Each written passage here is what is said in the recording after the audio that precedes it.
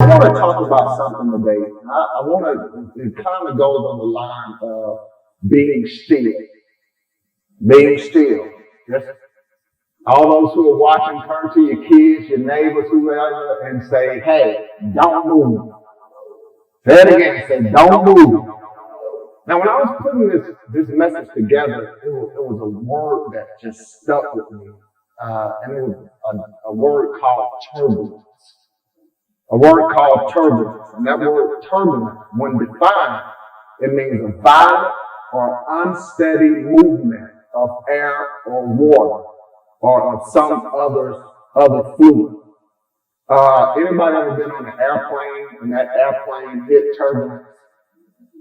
I remember one time I was on an airplane and we hit some turbulence. I think I was going to Cancun or somewhere. And I mean, it just hit so hard. And they got on the intercom, told everyone to sit down. And it was so amazing. You know, I'm sitting here with my headphones on, listening to some good old gospel music. So I'm calm. But if you could see the fear that was on some of those people's face. I mean, they ran to their seats so quick and buckled up, boy, you couldn't blink twice. But there's another definition of turbulence that I want you to see. And this is a natural turbulence that sometimes hits our lives. And that word, that definition is conflict or confusion. Anybody ever in here ever been through some conflict in your life before? Well, that turbulence that sometimes comes in our lives, that confusion, that conflict that sometimes comes in our lives, it causes a fear to be amplified on the inside of us. Sometimes when that turbulence hits our lives, it causes so much confusion and so much conflict and so much affliction that the fear hit, and we how many of y'all know that when that plane hit turbulence, that there was nothing none of us can do that was on that plane? We couldn't go up there and kick the pilot out of his seat and start driving the plane. If you ever been water rafting, sometimes you hit that turbulence. You can't knock the guide out the way and say, give me that boat, I got it from here. But why is it that a lot of times when we hit turbulence in our lives, why is it that a lot of times that we forget that God is our pilot? Why is it a lot of times that when we hit turbulence, we try to take the steering wheel, we try to get in, and knock God out of his seat and make changes ourselves as if we can actually change what we're going through? A lot of times we think that we can do the exact opposite of what we did on that plane. We just had to sit down and be still. Jesus said something over in the book of Matthew, chapter 28. He says, come unto me, all ye that labor and are heavy laden, and I will give you rest. Oh, this is so key. Jesus is having a conversation with this big crowd, and he probably can see that a lot of people in the crowd are going through turbulence. They don't know what they're going to do. They're going through some turmoil. They're having financial difficulties. Probably someone just lost a loved one. They're dealing with a sickness. Jesus has looked whole crowd out of everything else that he could have said to him. He said, come unto me, all ye who are weary and burdened. Of course, the King James Version says, labor and are heavy laden, and I will give you what? Rest. This is so good.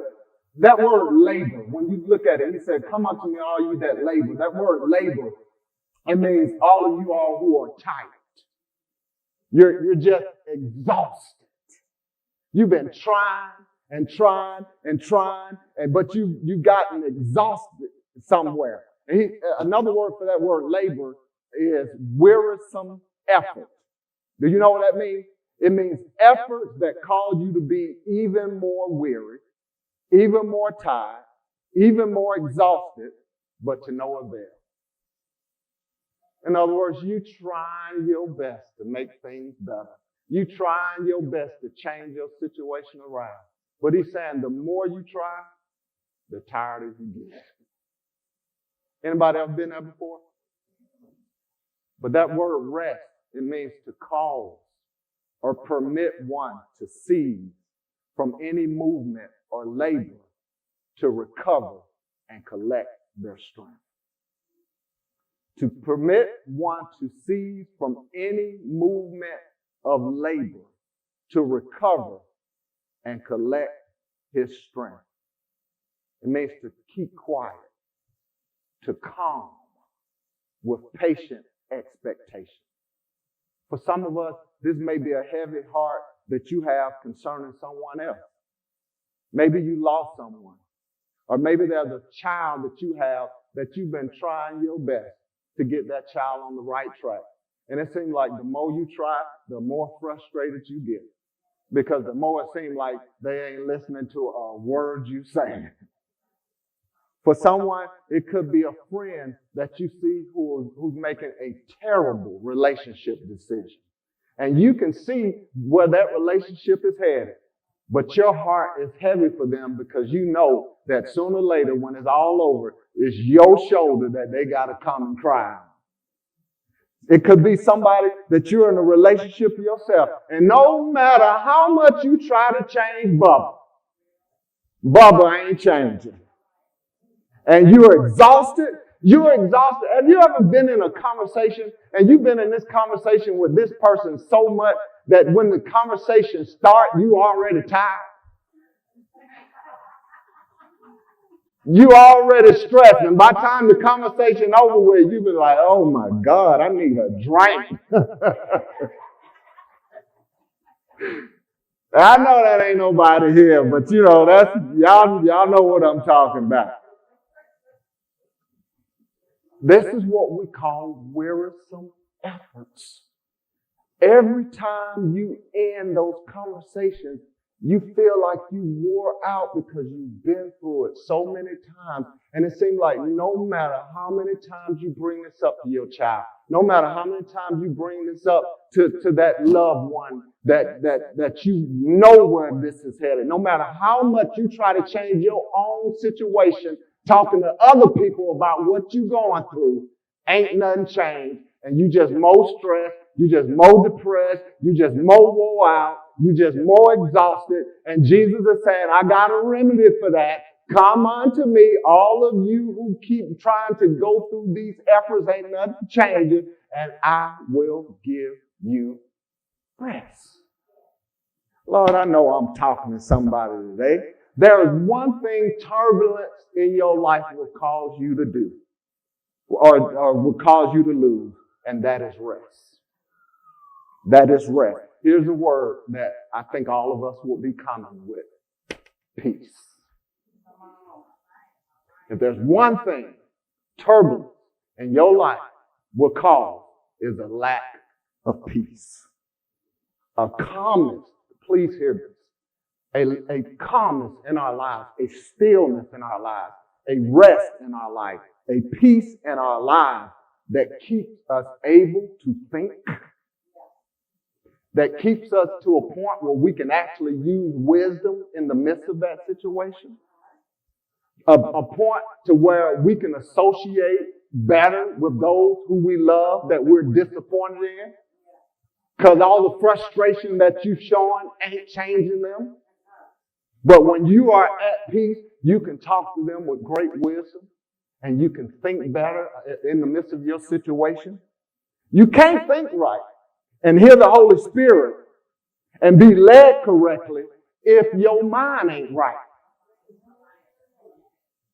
If your emotions not right, you can't hear God speaking to you. And a lot of times it's so crazy because a lot of times we're asking God to speak to us and God is speaking, but we can't really hear because there's too much confusion going on up here. You got your mind on your finances.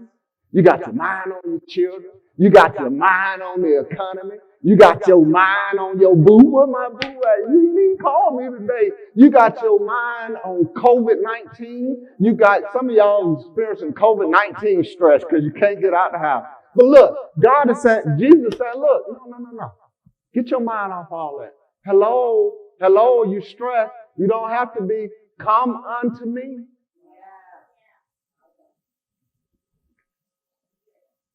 Jesus is saying these are burdens. These are loads that you put on yourself that I can actually help you with. Oh man, somebody. So when I was reading, I think I kind of got what Jesus was saying here. So I'm gonna break it down to you in frank terms, because this is what I believe Jesus was saying. Come to me, all of you who are trying so hard, but it seems like you're not getting anywhere. And I will give you peace so that you can think right, so that you can walk in wisdom, so that you can settle down and you can actually hear what the Holy Spirit is saying to you. I believe that's what Jesus was saying. You're trying so hard, and I applaud your effort, but you're going down the wrong street. You're trying so hard, and I applaud it. You have given it all you got, but you're going in the wrong direction. I didn't tell you to do that. I didn't tell you to pick that up. I didn't tell you to be over there with them. I didn't tell you to call her. If you would just settle down, you can hear what I'm actually saying to you.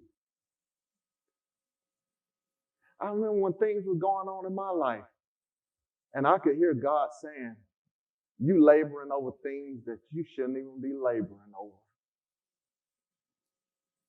I ain't tell you to do that, Frank. I ain't tell you to start that. I ain't tell you to start hanging with them. It's almost like those guys who was on that boat with Jonah.